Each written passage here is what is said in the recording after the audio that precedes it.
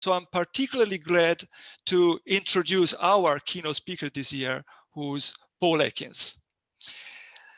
Before passing on to Paul, let me say a few words to present him. So most of you certainly know him already, but just for those of you who don't. Paul EKINS is Professor of Resources and Environmental Policy and Director of the UCL Institute for Sustainable Resources at the University College London. He was co-director and then deputy director for more than 10 years of the UK Energy Research Centre. He has been among the lead authors of the UNEP International Resource Panel publications. And he has been in a number of commissions as member of, or as chairman, just to mention a few: the Royal Commission on Environmental Pollution, the Government Sustainable Energy Policy Advisory Board. He was vice chairman of the DG Environment Commissioner's High-Level Economics Expert Group on Resource Efficiency. He has been co-chair of the United Nations Environment 6th edition of the Global Environmental Outlook. He was awarded the Global 500 for outstanding environmental achievement from the United Nations Environment Programme. And I would like to add, he was also awarded a medal from the University of Siena years ago, and I'm proud of having given that medal. Paul has an incredible experience in terms of consulting for businesses, government, international organizations. He participated or led more than 50 projects over the last 10 years. And among them, I'm particularly happy to have given my very small contribution, together with my team, FSR Climate, to the INNOPATHS project in the last few years. And I guess Paul actually is going to tell us something that really comes from that experience. So having said that, I stop here. I leave you the room. I just remind the rules. Let's say we will have, let me see, a 50-minute time for the keynote lecture, which I would suggest, Paul, to make 35 of presentation and then the rest for Q&A.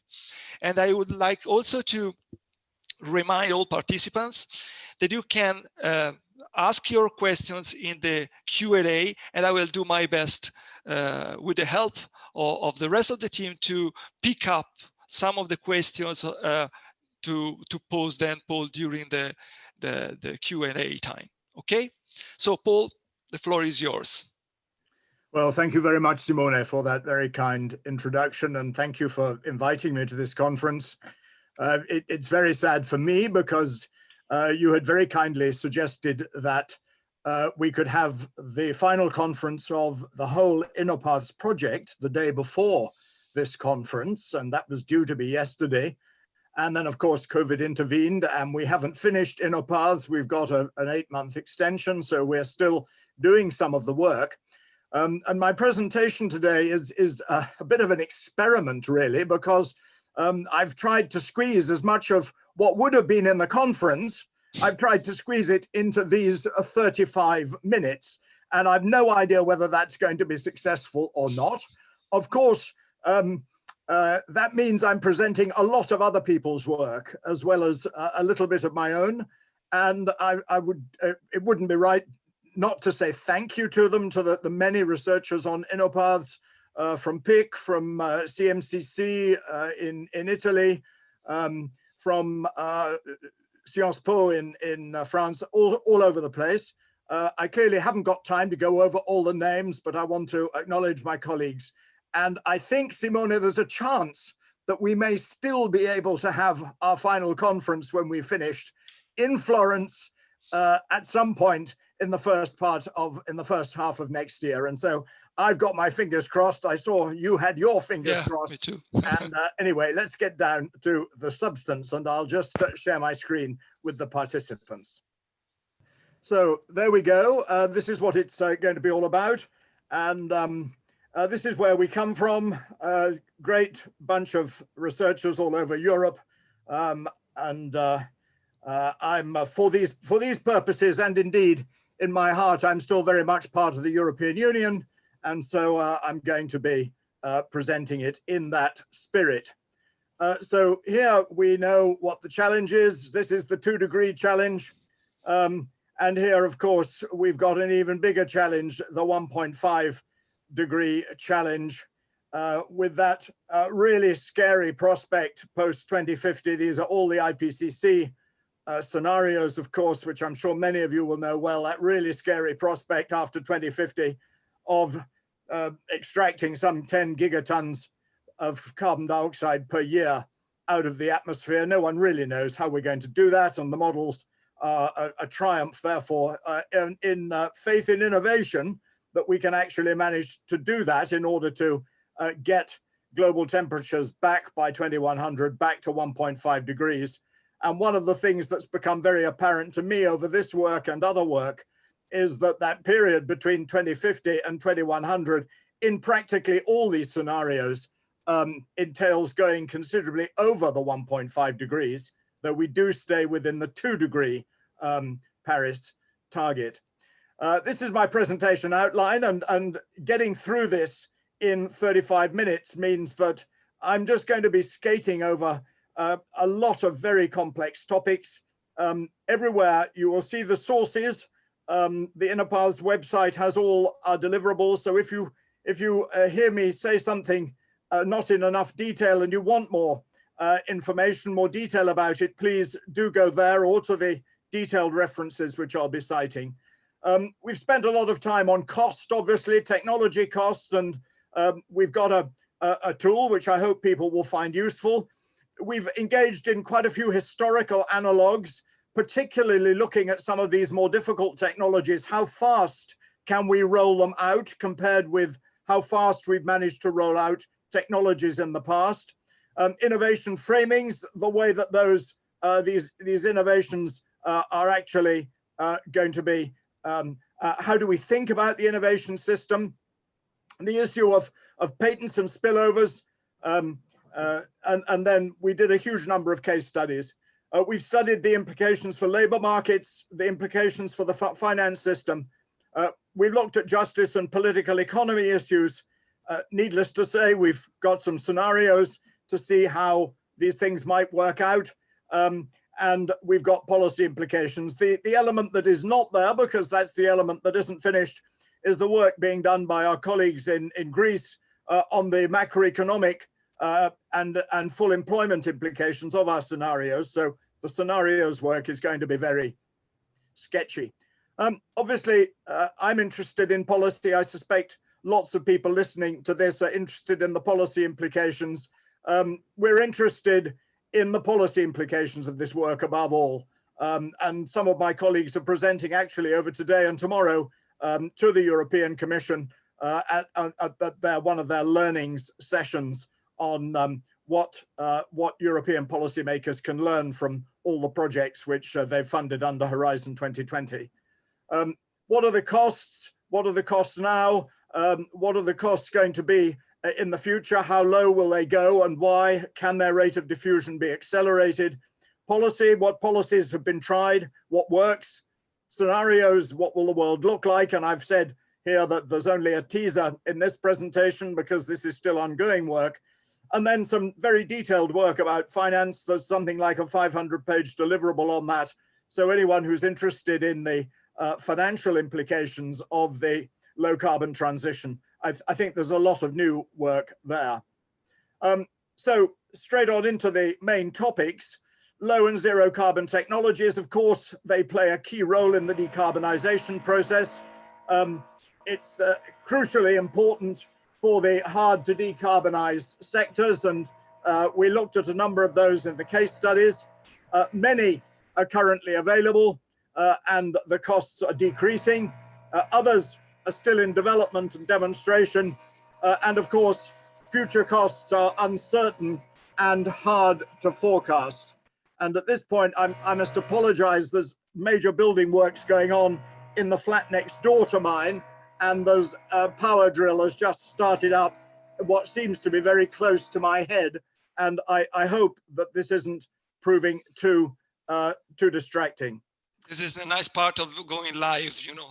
Yeah, well, I'm sorry about that. Of course, it always happens at the most crucial moment.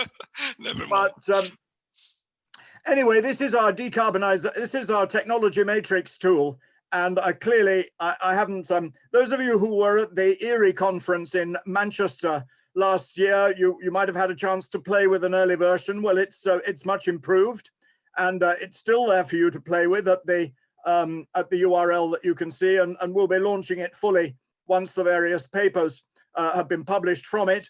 You can see there's a number of sectors there. Each sector contains a number of technology types. The technologies are characterized in quite a lot of detail. There are 3 lots of buttons up across the top here. One of combined scenario data of a lot of the scenario exercise funded by the European Commission and elsewhere.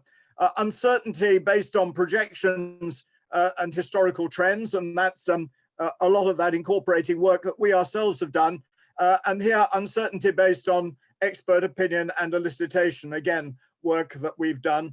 And you can see here the results for the investment cost of solar PV as a renewable energy technology in the power sector. And you can see that this is an uncertainty based on projections from existing trends. And we're going down here, as you can see, very low in these costs indeed through to 2050.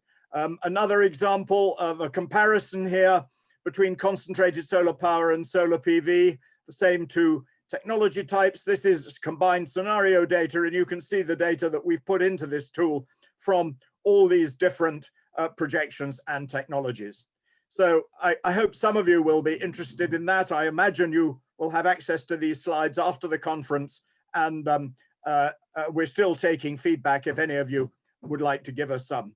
This is the sort of work that we did on expert elicitations, and this comes from Elena Verdolini et al., looking at various low carbon technologies, looking at 3 different R&D levels here, and asking the experts what they felt the costs would be for 2030 for these 3 different R&D budgets. You can see there's a wide range. Experts don't by any means agree as to how low these costs are going to go, but you can see that for medium and high R&D budgets, at least, there are expectations that they will go below current costs, with the exception of nuclear energy. And I think as our experience over the last decades has been that nuclear energy costs have remained stubbornly high. Certainly that's the case in the UK, with the most current nuclear power station being built at Hinkley Point. We've also done quite a lot of uncertainty analysis, comparing these expert elicitations with learning curve projections. So here's again the projection based on different learning rates for solar PV. And again, we've done this for different technologies, and this is a paper still under review. And again, a very wide range as to where these levelized costs of electricity, which is the y-axis here, where they're going to go.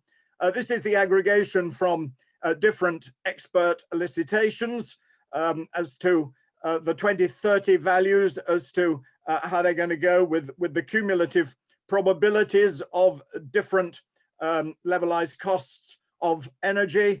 And here we compare the learning curves and the expert elicitations.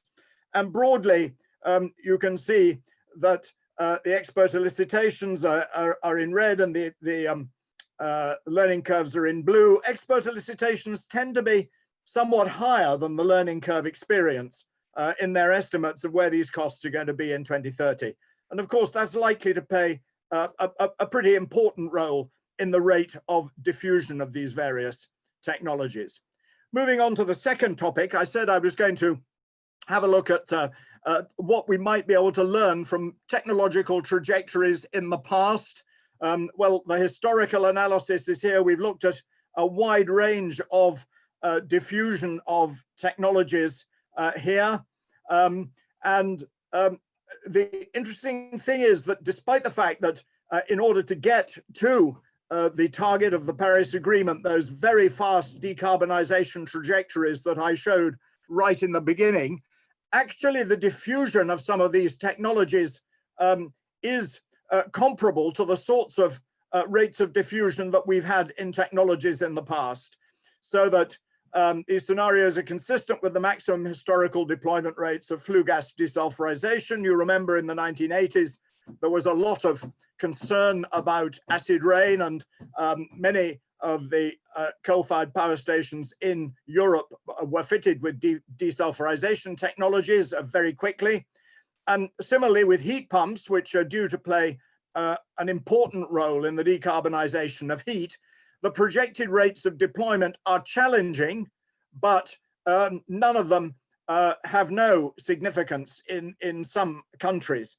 Some countries, of course, have been much more successful than others in deploying heat pumps. But broadly, those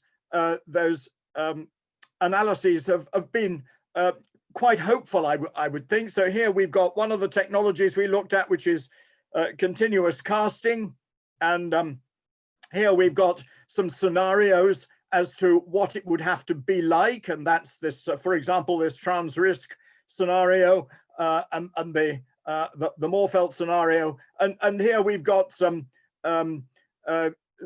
histories of continuous casting in the Netherlands, in the EU, in the world. And you can see that that actually sometimes these technologies move extremely quickly. And we were interested in comparing here the continuous casting with the spread of hydrogen reduction of steel.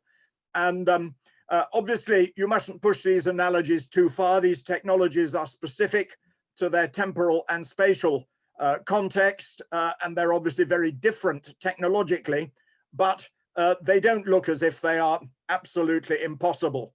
So here are some of the data on the flue gas desulfurization analogy. We've got 1.5 degree scenarios here. We've got 2 degree scenarios, and we've got the different kinds of CCS and the deployment of those in those scenarios. And here we've got the historical analogy with FGD, flue gas desulfurization. These lines across here, the decadal employment, absolute deployment, gigawatts per decade here, and normalized deployment, gigawatts per decade per trillion of GDP. And again, you can see that the deployment of FGD was certainly is comparable there. Moving on very quickly to labor markets, and this is work by Francesco Vona in Sciences Po in Paris, it's a fascinating and very detailed piece of work looking at data sets on greenness. He's had to take data sets from the United States and apply them to the EU with all the kind of caveats that would involve.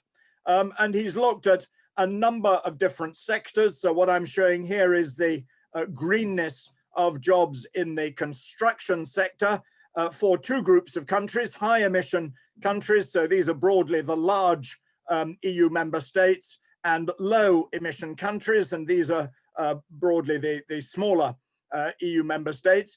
And the shape of these is fairly similar. You can see that from 2008, which is when the data set starts, there's quite fast greening of different kinds of jobs.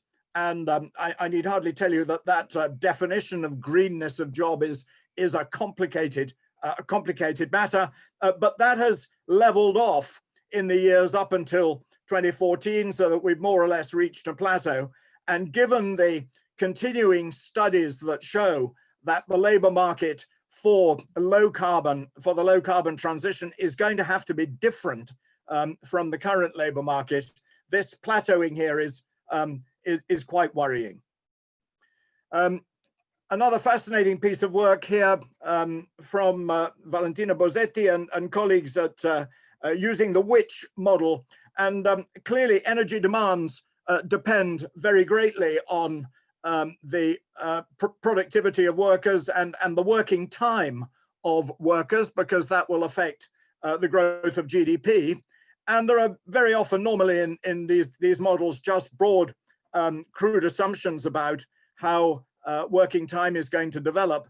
But actually, as we know, working time historically has changed quite dramatically. So from 3,000 hours per year down to about half that by 2015. And it's a very interesting question to ask how that is going to continue to evolve in the future. And again, there's a wide range of results coming here. You can see that the countries that seem to have the highest preference for leisure are both Europe up at the top here and the USA, with again a wide range of results in other world regions, which are what are along the x-axis. And I'm looking forward really to the results of when they actually apply this analysis to the WICH model, just to see how much difference that makes to the growth of GDP, to energy demands, and therefore obviously to the challenge of decarbonization. We've done a bit of work on labor markets and competitiveness. Many of you, of course, in fact, I imagine pretty well everyone listening to this talk will be familiar with the pollution haven hypothesis and the opposite Porter hypothesis. Empirically, it's really difficult to get firm results out of the data. We've done some work there. Bonacorsi and Verdolini certainly have not found any evidence of the pollution haven hypothesis. But of course, decarbonization in the past has been much less stringent than it will have to be in the future to meet the Paris targets. So we can't draw too many conclusions for that for the future. I think this is another insight on labor markets, which is really quite important in the sense that that the labor market evolution is not going to favor all workers equally. They look as if they've been skill biased against manual workers and to favored technicians. And this is the effect of energy price increases. And if carbon-based energy goes up in cost, as it probably needs to, then we will need more technicians to move to a more low carbon energy system. This is a paper which is a very interesting comparison between how different institutions have characterized their framing. It's a kind of competition between two different solar photovoltaic technologies from two different institutions, one in the US and one in Europe, on different photovoltaic technologies. Obviously, the two research institutes are competing to some extent. They obviously need to attract funding. And this paper looks at the stories that these institutes were telling about the potential of their technologies in order to get the funding that they need to continue their research. Distinguishing between projections of timescales of these technologies going to come sometime in the future, some definite time in the future, or how have their performance been in the present and past.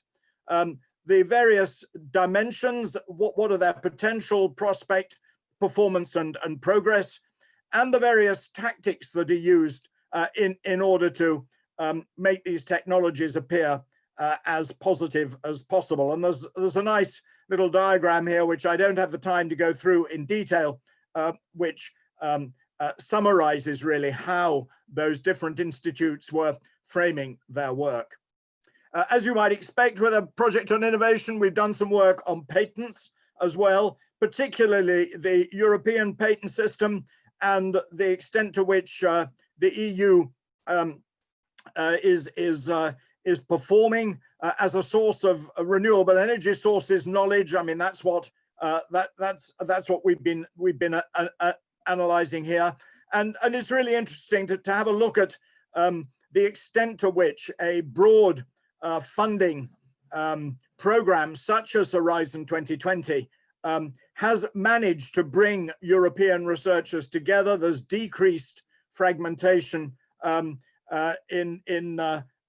renewable energy sources, which of course have been subject to quite intensive innovation funding, which doesn't apply to other comparable technologies.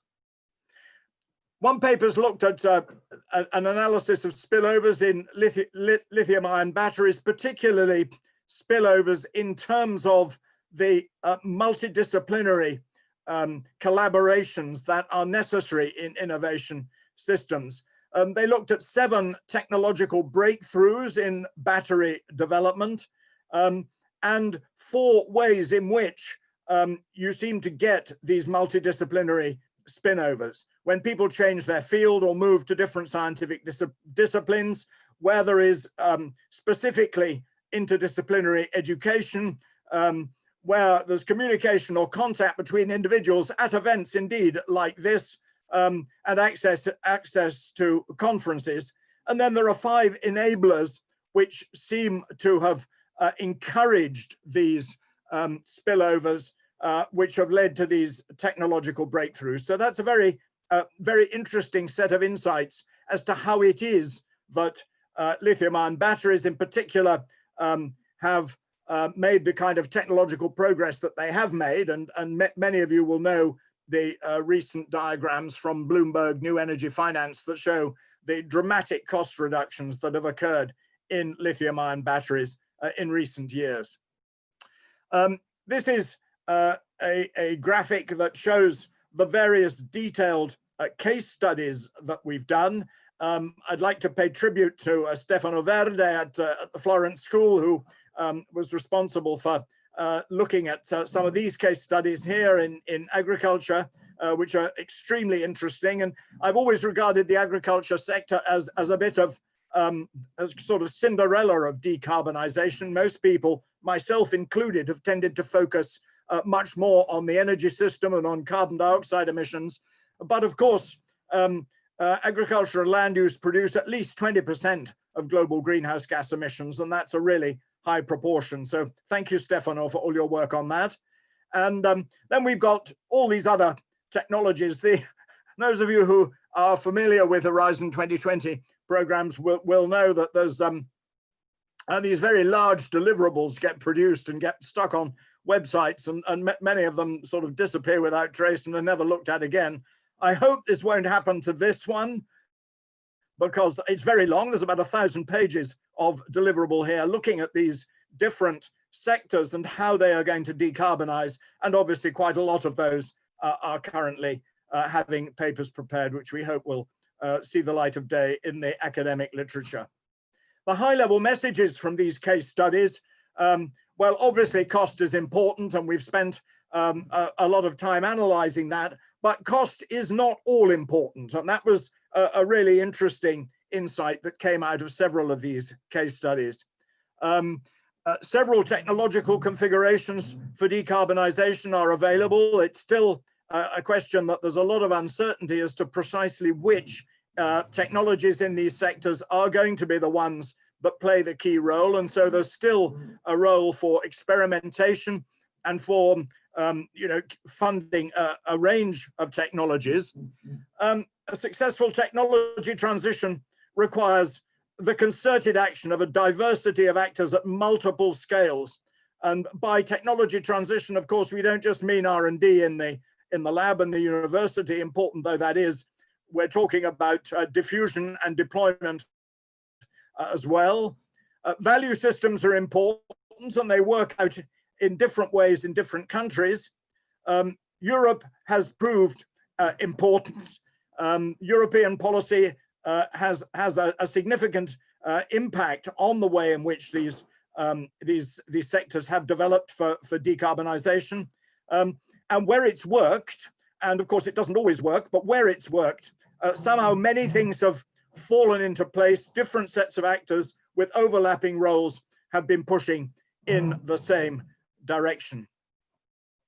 Now, this is a very, very busy slide, which I can't spend a great deal of time on. It is looking at the financial system. Let me just highlight one or two of what seem to me to be the most important analyses. Quite a new insight to me, at least, was the fact that finance and the financial system have exhibited learning curve effects that are every bit as important to the overall costs of deploying renewable energy technologies as the technologies themselves. And so you can see here the debt margin on solar PV, its evolution from the year 2000 through to 2015, and it's gone down by about 50%, and that has made an enormous difference to the financing of renewable energy technologies. You will know that these technologies are extremely capital intensive, and therefore the terms and conditions and the cost of finance is a major element in the various in the cost structure of the overall deployment of technology. The other thing, of course, that's made a huge difference is the reduction in interest rates, as you would expect for a capital intensive technology. Quite a lot of the reduced cost of finance has come about through these very, very low interest rates that we're currently experiencing. And that's a very important message to policymakers. I mean, with COVID, it looks as if low interest rates may be with us for some time. And for the renewable energy sector, that is extremely good news, because if they were to go up even by a few percentage points, and of course they're at historically low levels at the moment, but if they were to go up by a few percentage points, that would make a lot of difference to the relative cost of renewables and other forms of power generation. Lots of fascinating papers here, which I draw to your attention. Here we've got the team here was Friedemann Polzin at Utrecht, Florian Elji at ETH with his colleague Tobias Schmidt, and Bjarne Stefan also at ETH. And you can see there's a whole range of papers which they've produced as the result of the project. One of the things they studied was the role of green investment banks, and they found that they play a really important role, and it's not just providing public sector finance. There's a very important capital provision and de-risking role. There's a very important educational role, and certainly one of the causes of the learning curve effect in the finance sector is that the financial analysts have become much more familiar with the renewable energy technologies and are much better able, therefore, to price the risks that are involved in them. They have a signaling role in the sense that they point to where government policy may be going, and they have reputation, and they can crowd in private equity and debt. And of course, they can be first or early movers and pick up technologies that the private sector is not yet prepared to fund. And given the importance of some new technologies, especially these negative emission technologies in the decades beyond 2050, we still need an enormous amount of these sorts of policies coming from green state investment banks. There's a long stream of work really led, I suppose, by Benjamin Sovacool at Sussex, which has looked at the political economy, disruptive and injustices involved in the low carbon transition. Of course, there will be winners and losers. Of course, some people and some employment sectors and some sectors in the economy are not going to do well, particularly, obviously, those high carbon sectors. And we've tried to look at that because obviously these political economy issues are really important. They're important in terms of the economic costs that they can generate. They're important in terms of the political resistance and opposition to decarbonization, which they can generate if they're not properly accounted for. We've constructed a vulnerability indicator around the EU, and I'll show you a slide of that just in a minute. We've looked at the different forms of justice that are involved in decarbonisation. And we've looked at the justice implications of 4 key technology transitions that have either taken place or that are currently underway. Nuclear in France and Germany, solar PV in Germany, smart meters in the UK, and electric vehicles in Norway.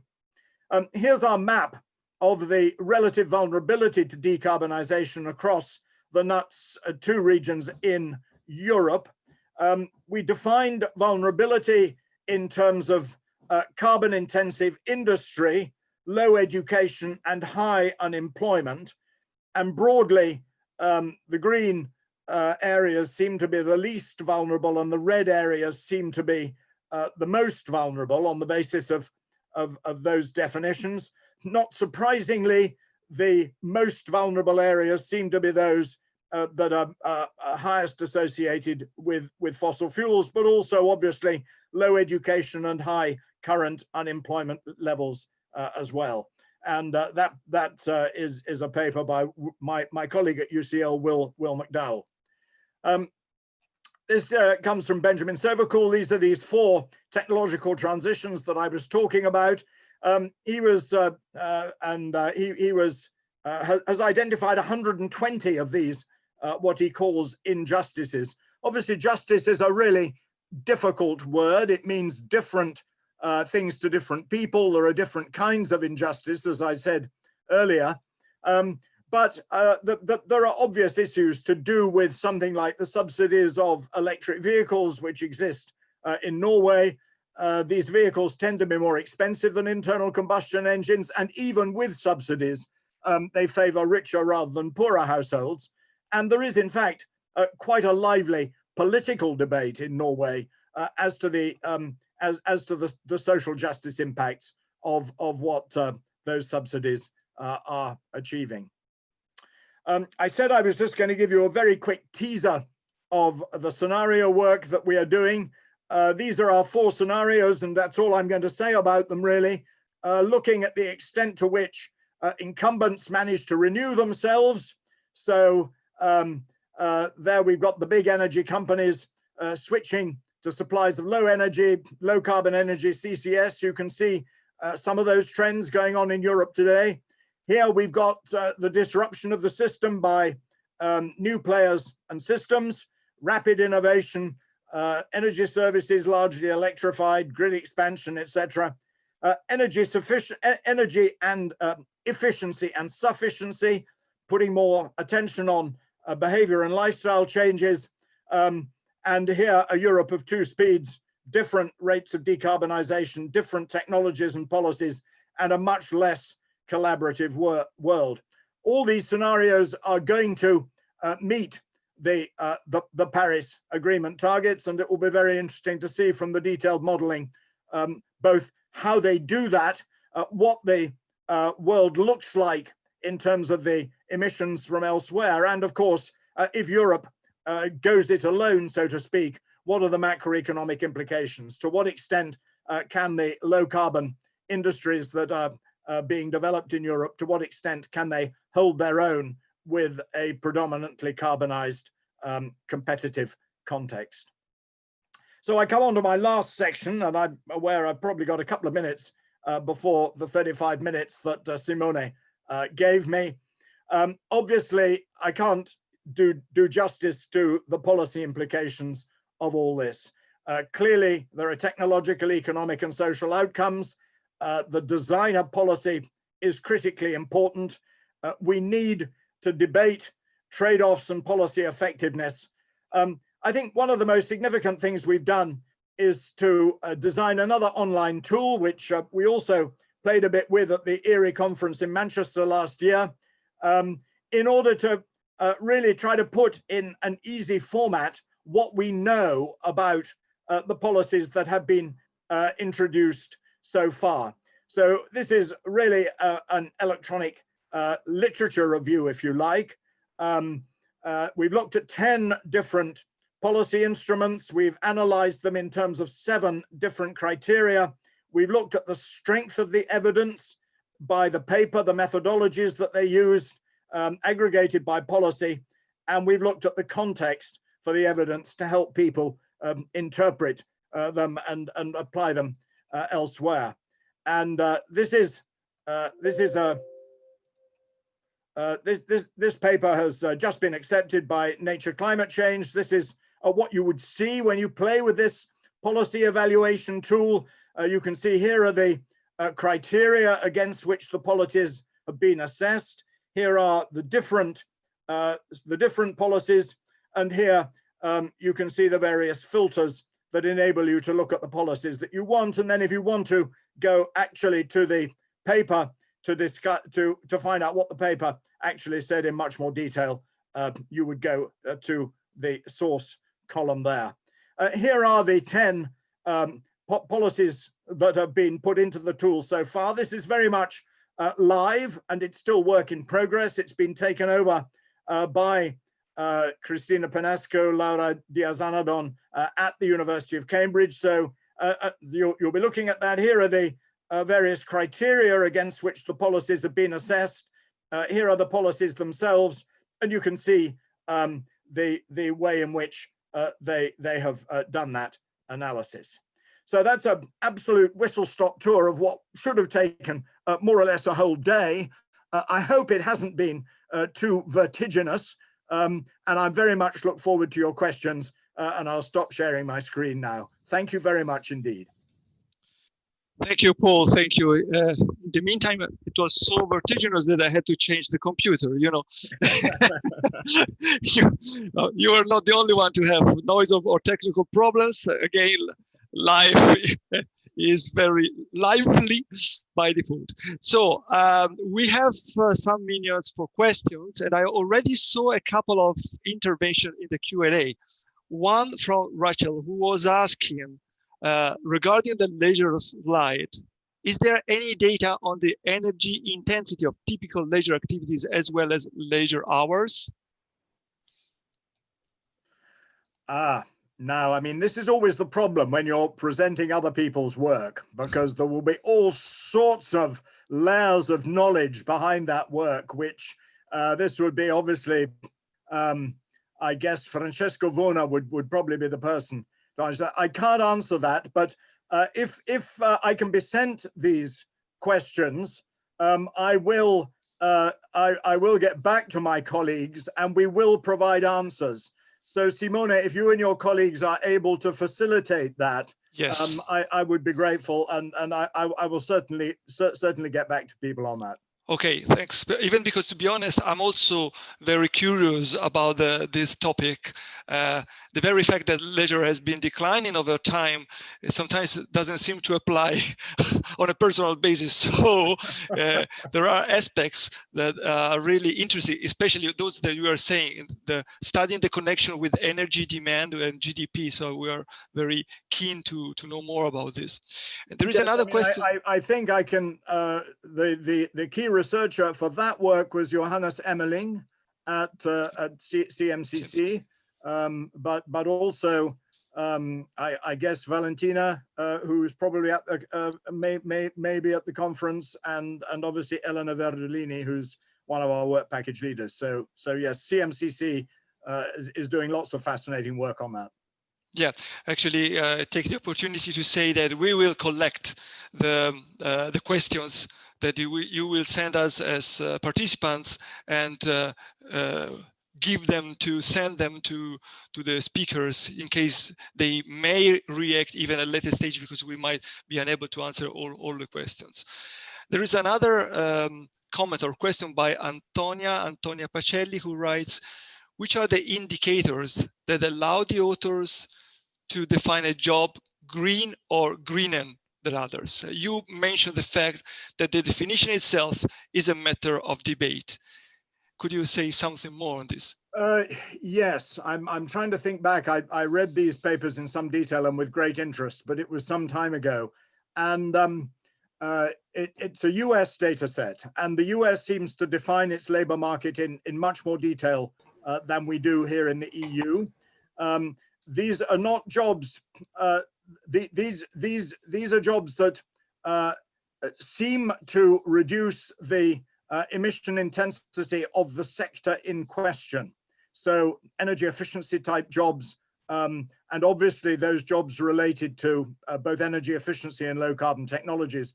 I actually think I saw Carsten Neuhoff put his hand up. So it may be that this is a subject that he actually knows more about in detail than I do, in which case, Simone, perhaps you might like to bring him in on this and we can start the discussion, you know, the full conference discussion right now. But perhaps Carsten was just scratching his ear and he doesn't want to say anything at all. No, we're always happy to chat, but actually I was wanting to move on to another question, perhaps also along the same area of interpretation. I'm quite impressed by this work on the diffusion rates of new technologies, and particularly our days when we talk about climate neutrality, not only by 2050, but early on, obviously, the indications you gave that there are some examples that diffusion rates can be a lot quicker than what we anticipated is quite reassuring. I thought it was also reassuring that you showed that in ratio to kind of the costs or the GDP growth that kind of empowers perhaps economies to do something quicker. So what were, from your perception of this work, the main drivers that would enable our economies to diffuse new technologies a lot quicker than many of the modeling approaches in the past assumed? Yes, I mean, I think to some extent these diffusions seem to have, in a way, a dynamic of their own. Something that's not part of INNOPATHS, but which my colleague Michael Grubb has published recently, is a paper looking really at these S-curve diffusions and how in the early years, very often, while the percentage growth rates are quite high, they're from a very low base and it looks as if nothing's happening, but then suddenly it takes off and it moves much more quickly. And we saw an example of that with the continuous casting example that I showed with a different technology. And I think a government can do a huge amount to do that. With FGD, obviously it was driven almost entirely by regulation. So Japan, Germany, various other countries decided that they were going to do something about these SO2 emissions, and they did. And the regulations came in and suddenly the diffusion rates accelerated enormously. Clearly there are market processes that can also drive it. Economists obviously like to think that carbon prices would be important, but obviously innovation funding is also pretty important. I mean, the recent decision of the UK government to move to 40 gigawatts of offshore wind by 2030 from the current level of about 10 is huge. And obviously that is going to be give us an experience of an S-curve, which no one would have anticipated and which market forces by themselves would not have brought about, despite the fact that offshore wind in the UK is now competitive with any other kind of power, because the level of capital and the risk involved is something that the private sector would not have taken on without those firm contracts for 15 years going out, which is what the feed-in tariff mechanism that's being used is going to imply. So I think policy has a huge role to play in that, but where it can be aided and abetted by markets, and I think that is the case in many countries of the world with renewable technologies, then we can get even steeper S-curves than we might otherwise get. Actually, that was the question I would have asked. So thank you, Carsten, for this. And there is, I think, a question, let me see, by Francesca Tomori, right? I don't know whether you can unmute yourself, or Francesca, can you hear us?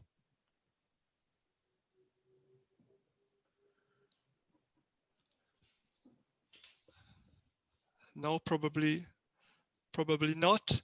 In the meantime, I think I saw someone else, but if not, while waiting for this problem to be solved with Francesca, I might ask a question myself. You mentioned the low interest rate as a key element that is helping renewables right now. So I have the feeling we are in a liquidity trap somehow, to quote Keynes and the past, and we don't know how long that is going to last. So I'm not asking you how long that will last, because it's really an impossible question to answer. But when a increase in interest rate would be problematic, by how much would create problem, let's say, to the sectors? Well, I think that depends very much on different countries. I mean, one of the other pieces of work in the finance work stream, which I didn't talk about, is that although you see these maps with Bloomberg New Energy Finance showing, you know, and indeed IRENA showing that, you know, the costs of these technologies are comparable across the world. Actually, in different countries, they cost very different amounts, depending on the governance arrangements, depending on the risk and property rights arrangements within the country concerned. And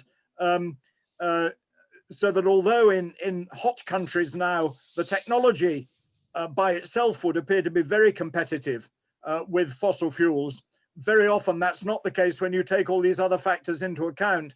And if you were to add to that an increase in interest rates, when already the cost of capital is quite high because of these governance and other risk factors, policy risk factors, and then you increase the interest rate involved, then that could quite easily just push them over the edge, even quite low in rates of interest increases, so 1 or 2%.